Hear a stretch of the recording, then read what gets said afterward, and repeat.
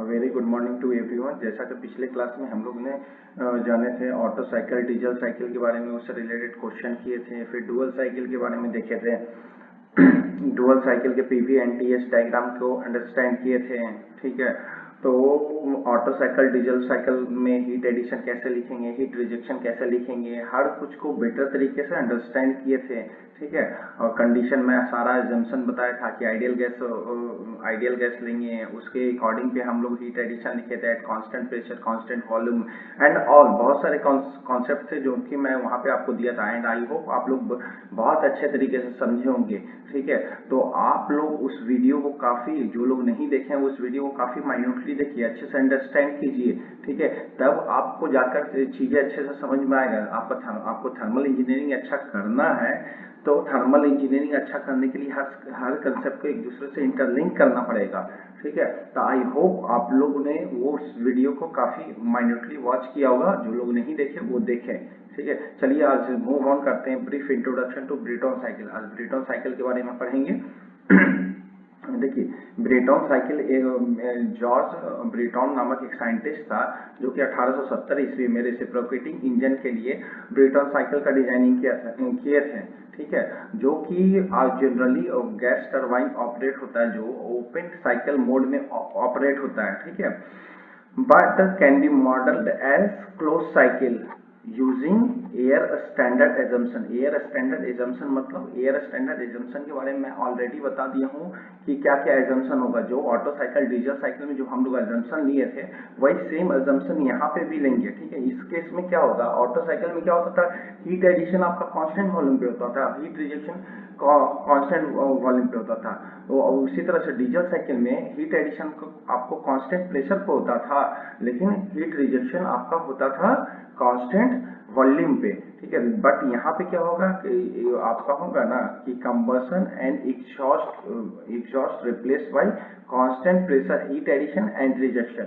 मतलब combustion process है तो वहां पे भी मैं बताया था कंबशन प्रोसेस को हीट एडिशन लेंगे, और हीट एडिशन लेंगे कंबशन प्रोसेस को, एग्जॉस्ट प्रोसेस को हीट रिजेक्शन लेंगे, जो कि मैं यहाँ पे लिखा हूँ। चलिए आगे मूव करते हैं इसी की तरह से। देखिए, ये ब्रेटॉन साइकिल का डायग्राम, ये पीवी और टीएस डायग्राम है, और ये इसका ओपन साइकिल ओपन मोड में डायग्राम है। देखिए यहाँ से क्या हो रहा है, फ्रेश एयर का एंट्री हो रहा है, यहाँ से फ्रेश एयर का एंट्री हो रहा है, फिर कंप्रेसर में वो गैस को कंप्रेस किया जा रहा है, कंप्रेस करके इसका प्रेशर टेम्परेचर को हाई किया जा रहा है। उसके बाद कंबशन चैम्बर में, कंबशन, देखिए ये कंबशन चैम्बर है, ये कंबशन चैम्बर है, चैम्बर में उसको भेजा जाता है जहाँ पे फ्यूल बर्न होता है। बर्न होने के बाद वहाँ पे हीट मिलता है, जो एनर्जी मिलता है, एनर्जी का सप्लाई मिलता है। तो यहाँ कंबशन चैम्बर में फ्यूल का बर्निंग हुआ, देन फ्लू गैसेस आगे मूव करेगा, यहाँ टरबाइन के ब्लेड को स्ट्राइक करेगा, टरबाइन के ब्लेड को स्ट्राइक करेगा तो टरबाइन रोटेट होने लगेगा। उसके बाद आपको वर्क आउटपुट मिल जाएगा, वर्क आउटपुट मिल जाएगा, और जो एग्जॉस्ट गैसेस है उसको हम एटमोस्फेयर में छोड़ देंगे। तो यहाँ पे क्या है कि यहाँ पे आप ओपन साइकिल यूज कर रहे हो, ये ब्रेटॉन साइकिल का ओपन साइकिल है। ठीक है, तो आप चलिए क्लोज साइकिल देख लेते हैं। देखिए क्लोज साइकिल को मैं यहाँ पे दिखाया हूँ। क्लोज साइकिल देखिए, यहाँ पे मैं क्या कर रहा हूँ, यहाँ पे मैं क्या किया, कंप्रेशन में गैस को कंप्रेस किया, 1 नंबर पे कंप्रेसर को गैस में कंप्रेस किया, प्रेशर टेम्परेचर को हाई किया। इसके बाद मैं इसको कहाँ भेजा, हीट एक्सचेंजर में। हीट एक्सचेंजर में जहाँ पे क्या हो रहा होगा कि एक हॉट फ्लूइड का इन हो रहा होगा। यहाँ पे हॉट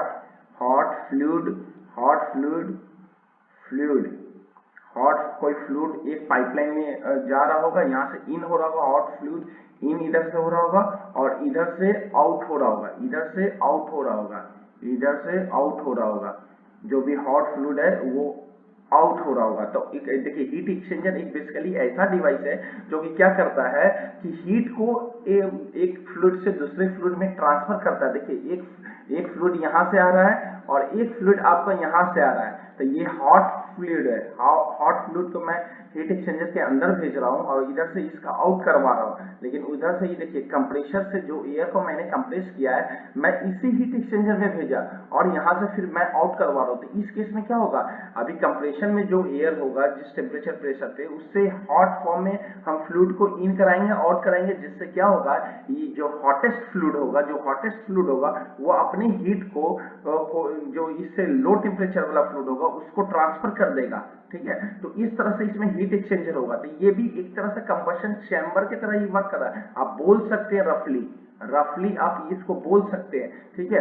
तो यहाँ पे एक्चुअली क्या हो रहा है, मेरा मेन मोटो जो है हीट एडिशन करना है। तो हीट एडिशन करने के लिए हम कोई सा भी प्रोसेस को यूज कर सकते हैं। हीट एडिशन हमको करना है तो हीट एडिशन करने के लिए आप या तो फ्लूइड से हीट को ट्रांसफर कर दीजिए या फिर कंबशन चैम्बर में फ्यूल को बर्न करके हीट ट्रांसफर कीजिए, वो आपका चॉइस है, ठीक है। तो यहाँ पे मैं क्या कर रहा हूँ कि एक हॉट फ्लूइड को ले रहा हूँ और उससे कोल्ड फ्लूइड को हीट दे रहा हूँ। तो यहाँ पे आपका हीट एडिशन प्रोसेस हो गया, यहाँ पे हीट एडिशन प्रोसेस हो गया, ठीक है। उसके बाद जब ये हीटेड एयर जब यहाँ पे आया, फिर टरबाइन ब्लेड को स्ट्राइक किया, टरबाइन ब्लेड को स्ट्राइक करने के बाद यहाँ से आपका वर्क आउटपुट मिल गया टरबाइन रोटेट होने के बाद। उसके बाद जो आपका फ्लूइड जो एयर है उसको टरबाइन से आउटलेट से निकाले, फिर इसको हीट एक्सचेंजर से पास किए, जहाँ पे मैं क्या कर रहा हूँ, हीट को रिजेक्ट करने का काम कर रहा हूँ।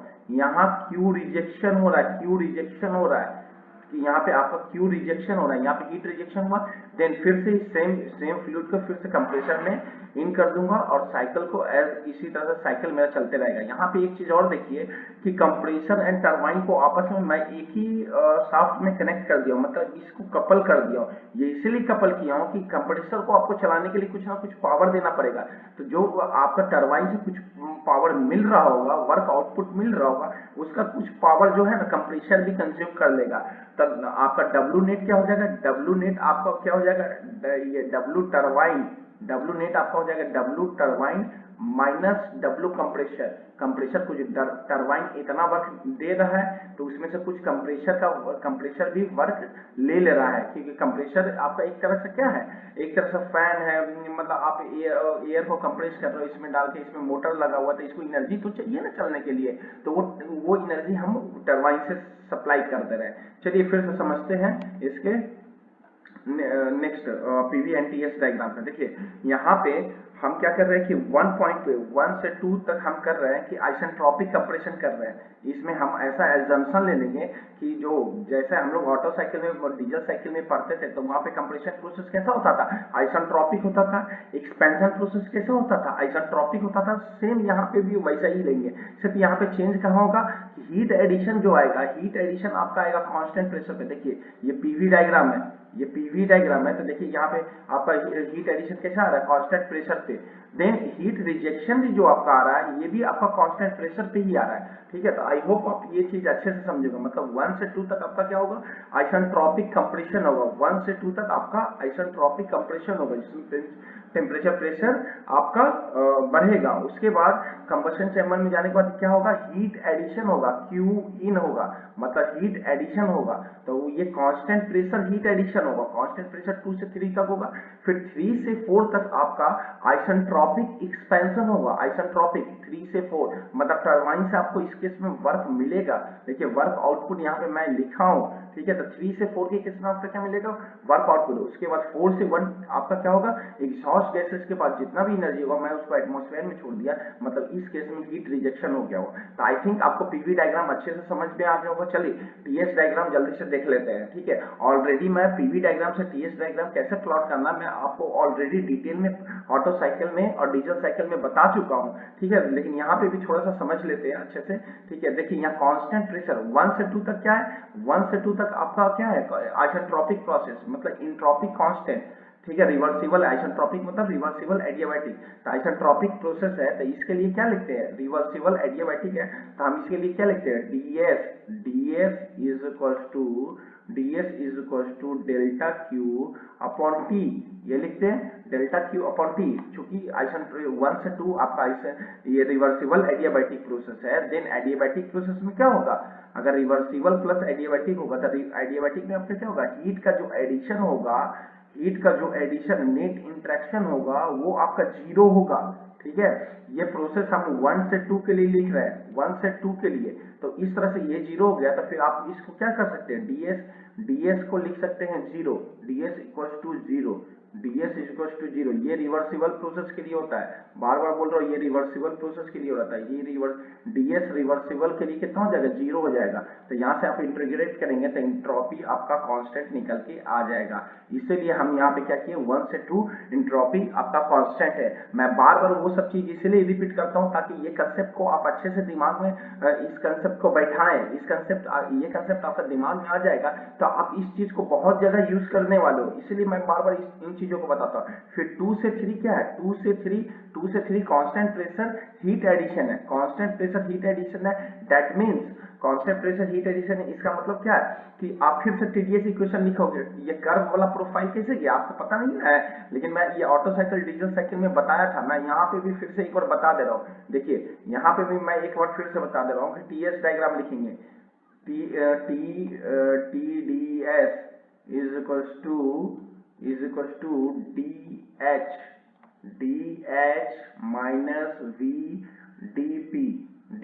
तो इस केस में देखिए, इस केस में VDP हो गया तो 2 से 3 क्या है, कांस्टेंट प्रेशर है, तो चेंज इन प्रेशर क्या हो जाएगा, 0 हो जाएगा। ये जैसे ही 0 हो गया तो आपका इक्वेशन क्या बच गया, TDS, यहाँ पे बच गया आपका equation TDS is equal to DH। अब ये यहाँ पे वर्किंग फ्लूइड क्या कर रहे हैं, एयर यूज कर रहे हैं, तो एयर ऐसे आइडियल गैस होता है। तो DH इज इक्वल टू, मैं ऑलरेडी बता दिया क्या होता है, CP इंटू dt। तो अब देखिए ये LHS RHS, मतलब dt को एक साइड ले जाइए और DS वाले टर्म को एक साइड ले जाइए। तो आप यहाँ से निकालेंगे ना, यहाँ से इसको इंटीग्रेट करके ये इस एक्सप्रेशन को, इस वाले एक्सप्रेशन को जब आप इंटीग्रेट करके निकालेंगे तो ये लॉगरिथमिक में आएगा। मतलब यहाँ पे आ जाएगा delta S is equal to CP ln T आ जाएगा, CP ln T आ जाएगा। अब इसमें आप लिमिट रख दीजिए 1 से 2, तो T1 से T2 हो जाएगा। तो लॉगरिथमिक आया, इसलिए 2 से 3 तक आपका प्रोफाइल कैसा गया, कर गया। फिर आप सेम चीज देखिए, सेम चीज मैं इसको थोड़ा इरेज कर रहा हूँ। हाँ, फिर आप यहाँ पे देखिए 3 से 4 में फिर से रिवर्सिबल एडियाबैटिक प्रोसेस है, मतलब इंट्रॉपी फिर से कांस्टेंट हो जाएगा। 3 से 4 के लिए भी इंट्रॉपी कांस्टेंट हो जाएगा। तो वही 3 से 4 के लिए इंट्रॉपी कांस्टेंट कर दियो। फिर 4 से 1 में भी constant pressure heat rejection process है 4 से 1 में, तो कांस्टेंट प्रेशर हीट रिजेक्शन, फिर से ये टीडीएस इक्वेशन लाइए तो फिर से आपका लॉगरिथमिक ग्राफ आएगा, तो यहाँ से यहाँ तक कर्व आएगा, इसको ज्वाइन कर दीजिए। तो आई होप पीवी और टीएस डायग्राम आप अच्छे से समझ गए होंगे। चलिए आगे मूव ऑन करते हैं। देखिए यही चीज मैं बताया कि ब्रेटॉन साइकिल क्या कंसिस्ट करता है, 4 इंटरनल रिवर्सिबल प्रोसेस, ठीक है, जिसमें 1 से 2 प्रोसेस क्या है, isentropic compression in A compressor. देखिए 1 से 2 isentropic compression in A compressor, ठीक है। सेकंड में आपका 2 से 3 क्या है, constant pressure heat addition process. देखिए मैं यहाँ पे दिखाया आपको 2 से 3 आपका constant pressure heat addition process है। 2 से 3 आपका constant pressure heat addition process है, ठीक है। उसी तरह से 3 से 4 फिर से क्या है, आइसेंट्रोपिक एक्सपेंशन इन टरबाइन, ठीक है। तो वही लिखा हूँ, आइसेंट्रोपिक एक्सपेंशन इन टरबाइन। 4 से 1 कांस्टेंट प्रेशर हीट रिजेक्शन। तो आई होप आप ये वाला चीज अच्छे से समझ गए होंगे। चलिए जल्दी से आगे की तरफ मूव करते हैं, ठीक है। वही सेम साइकिल को मैं यहाँ लिया हूँ, पीवी एंड टीएस डायग्राम को लिया हूँ, ठीक है। तो अब स्टेडी फ्लो एनर्जी इक्वेशन हम लोग जानते हैं फर्स्ट लॉ के अकॉर्डिंग। फर्स्ट ये क्योंकि ओपन फ्लो प्रोसेस है, तो फर्स्ट लॉ के लिए स्टेडी फ्लो एनर्जी इक्वेशन हम लोग जानते हैं। स्टेडी फ्लो एनर्जी इक्वेशन का मैं एक अलग से वीडियो बना दूंगा, आप उसमें अच्छे से समझ लेना, लेकिन मैं यहाँ पे थोड़ा सा रफली बता देता हूँ। स्टेडी फ्लो एनर्जी इक्वेशन होता है, स्टेडी फ्लो एनर्जी इक्वेशन जो होता है, मैं एनर्जी इक्वेशन मैं वो लिख कर आपको दिखा देता हूँ। ये होता है 1 से 2 के लिए, अगर 1 से 2 के लिए किसी भी सिस्टम के लिए लिखेंगे तो होता है H1 plus C1 square by 2000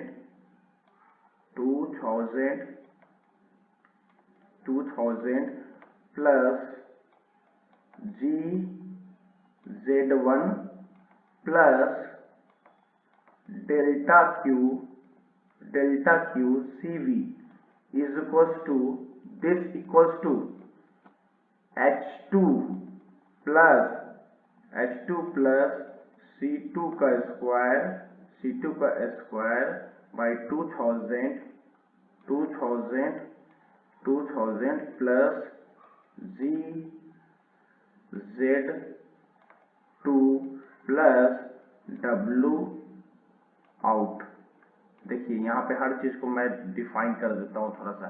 देखिए यहाँ पे जो H1 है, H1 H2 जो है ये इंथैल्पी है, ये वाला H1 H2 इंथैल्पी है। C1 C2 जो इनलेट पे वेलोसिटी और आउटलेट पे वेलोसिटी है, ये C1 वेलोसिटी है, C2 वेलोसिटी है। मैं इसको 2000 से इसलिए डिवाइड किया, मैं इसको C1 स्क्वायर बाई 2 होता है, लेकिन मैं 1000 से और डिवाइड इसलिए किया हूँ ताकि इसका जो यूनिट आए वो किलो जूल पर केजी में आए। जितना का यूनिट आएगा ये किलो जूल पर केजी में लाने के लिए मैं ऐसा किया हूँ। ठीक है, तो आप इस चीज को ध्यान रखिएगा जब भी steady flow energy equation use करिएगा तो यूनिट का ध्यान रखिएगा। ये नहीं कि C1 स्क्वायर बाई 2 यूज कर दीजिएगा, C1 स्क्वायर बाई 2000 अब यूज कीजिएगा और उसके बाद इसका यूनिट होगा किलो जूल पर केजी। ये GZ1 GZ2 जो है ये डेटम मतलब पोटेंशियल एनर्जी है।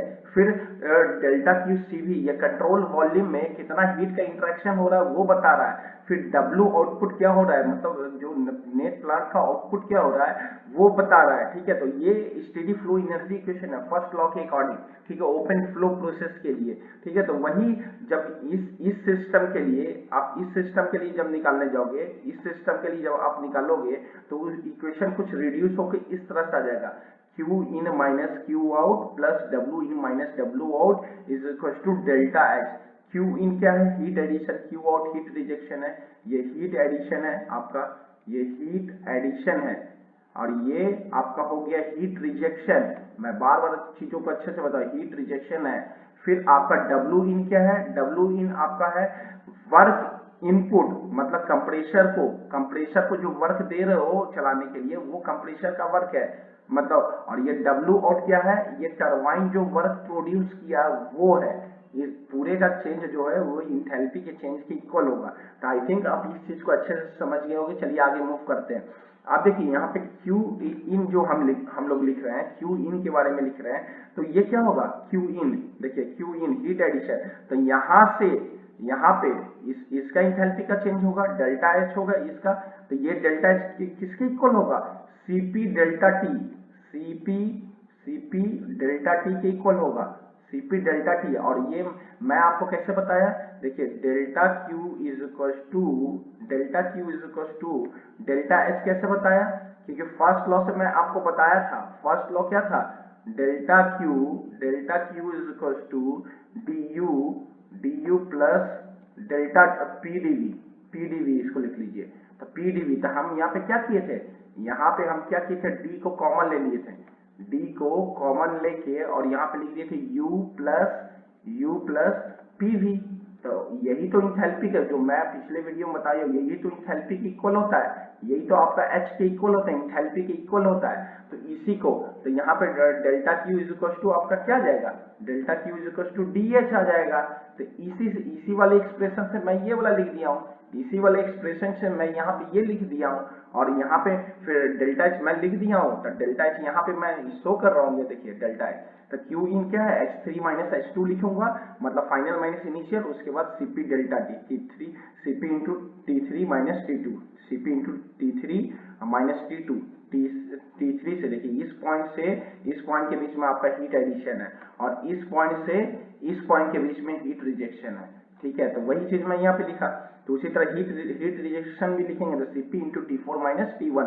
तो आपको ये क्वेश्चन, दोनों ही क्वेश्चन अच्छे से समझ में आया होगा। चलिए आगे मूव करते हैं। ये क्लोज साइकिल है, मैं ऑलरेडी बताया कि ब्रेटॉन साइकिल का क्लोज साइकिल का मोड है ये। चलिए आगे मूव करते हैं। तो इफिशियंसी जब इसका निकालेंगे तो किसी का भी थर्मल इफिशियंसी क्या लिखते हैं, W net upon work input, heat input, W net मतलब प्लांट का जो नेट आउटपुट है और डिवाइडेड बाय हीट एडिशन जो आप कर रहे हो वो लिखोगे। तो W नेट किसके इक्वल हो जाएगा, W नेट मैं आपको बताया जितना एनर्जी आप प्लांट को दोगे या ब्रेटॉन साइकिल को दोगे उतना माइनस मतलब जो इतना आप दिए Q आउट दिए, यहाँ पे Q आउट दी और Q आउट इतना माइनस Q इन माइनस Q आउट हो जाएगा, W नेट बराबर ये Q इन माइनस Q आउट हो जाएगा। तो ये आपका Q इन हो गया, Q इन माइनस Q आउट जो आप कंजर्वेशन ऑफ एनर्जी लगाओ या फर्स्ट लॉ लगाओ, मैं ऑलरेडी पिछले वीडियो में ये बता दिया कि डब्ल्यू नेट ऐसे कैसे इतना के इक्वल कैसे होगा, मैं फर्स्ट लॉ लगा के भी बताया था। तो आप प्रीवियस वीडियो को देखें, अब आपको और भी अच्छे से चीजों को समझ में आएगा। उसके बाद आप इसको रिड्यूस करके एक्सप्रेशन को ऐसे लिखोगे, तो क्यू आउट और क्यू इन का वैल्यू हम यहाँ पे निकाल लिए, क्यू आउट और क्यू इन का वैल्यू निकाल लिए, तो यहाँ पे पुट कर दीजिए। आप पुट करेंगे तो एक्सप्रेशन रिड्यूस होगी इस फॉर्म में आ जाएगा। अब यहाँ से आप क्या कीजिए, T1 और T2 को कॉमन लीजिए। T1 को जैसे ही कॉमन करेंगे तो T4 बाई T1 आ जाएगा, -1 आ जाएगा, और T2 को कॉमन लेंगे, T3 बाई T2 आ जाएगा, -1 हो जाएगा। अब आइए प्रोसेस 1 से 2 और 3 से 4। तो 1 से 2 के लिए आप क्या लिखेंगे, T2 by T1 is equal to P2 by P1 का पावर गामा -1 बाई गामा। ये एडियाबैटिक के लिए लिखते हैं, रिवर्सिबल एडियाबैटिक प्रोसेस होता है, उसके लिए ये इक्वेशन लिखते हैं। ठीक है, कि T2 by T1 is equal to P2 by P1 का पावर गामा -1 बाई गामा।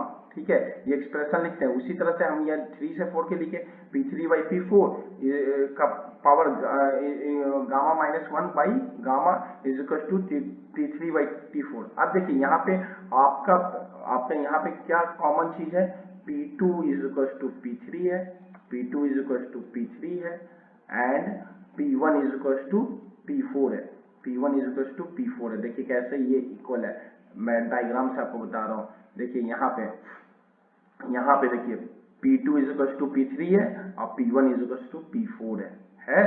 तो आप समझ गए होंगे, मतलब यहाँ पे P2 is equal to P3 आप लिख सकते हो, और यहाँ पे आप लिख सकते हो P4 is equal to P1 is equal to P1। तो आप ये चीज अच्छे से लिख दिए, तो उसके बाद आपका इक्वेशन फिर इस फॉर्म में रिड्यूस हो जाएगा। देखिए आप जब 1-2 प्रोसेस के लिए लिखे तो एक्सप्रेशन आपका कुछ इस तरह से आया, फिर आप 3 से 4 के लिए लिखे तो एक्सप्रेशन आपका कुछ इस तरह से आया, तो इसी को तो मैं लिख दिया, इसको क्या लिख दूंगा, इसको लिख दूंगा P3 को मैं लिख दूंगा क्या, P3 को P2 लिख दूंगा, P3 को, और P4 को क्या लिख दूंगा, P4 को P1 लिख दूंगा।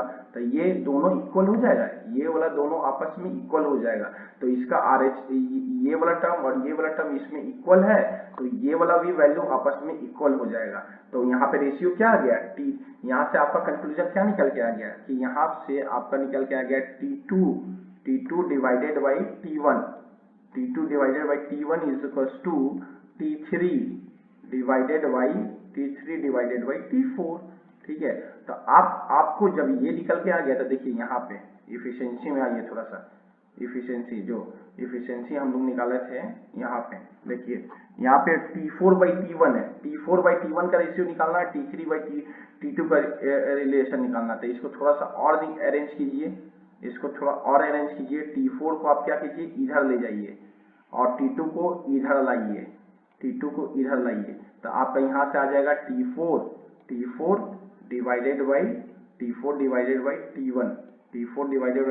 Is equal to T3 divided by T2। तो यही वाला तो टर्म है T2। जब ये वाला आपस में इक्वल हो गया, तो ऊपर ये दोनों जो एक्सप्रेशन है, जब T4 देखिए, और थोड़ा सा मैं जूम इन कर देता हूँ, थोड़ा सा देखिए, जूम इन किया तो यहाँ पे आपका एक्सप्रेशन क्या निकल के आया, देखिए यहाँ पे जो एक्सप्रेशन निकल के आया, देखिए यहाँ पे जो एक्सप्रेशन निकल के आया, T4 बाई T1, देखिए T4 बाई T1 ऊपर में है यहाँ पे, और T3 बाई T2। तो ये वाला दोनों जो टर्म था, ये आपस में कैंसिल आउट हो जाएगा, ऊपर नीचे है तो सेम है, तो ये वाला से ये वाला पूरा कैंसिल आउट हो जाएगा। तो आप इतना तो आज आई थिंक समझ गए होंगे कि मैं क्या बताना चाह रहा हूँ। तो आपका फाइनल एक्सप्रेशन क्या निकल के आ जाएगा, जो ब्रेटॉन साइकिल का इफिशियंसी आपका निकल कर आ जाएगा 1 माइनस T1 बाई T2। तो यहाँ पे आपका क्या आ जाएगा, 1 minus T1 divided by T2, यहाँ पे T2। तो ये आप देखिए T1 बाई T2, यहाँ पे देखिए एक्सप्रेशन फिर से, T2 by T1 is equal to P2 by P1 का पावर गामा -1 बाई गामा। तो इसको T2 बाई T1, और इसको थोड़ा सा अरेंज कीजिए, इसको थोड़ा सा और अरेंज करेंगे तो 1 minus 1 divided by T2 divided by T1 हो जाएगा।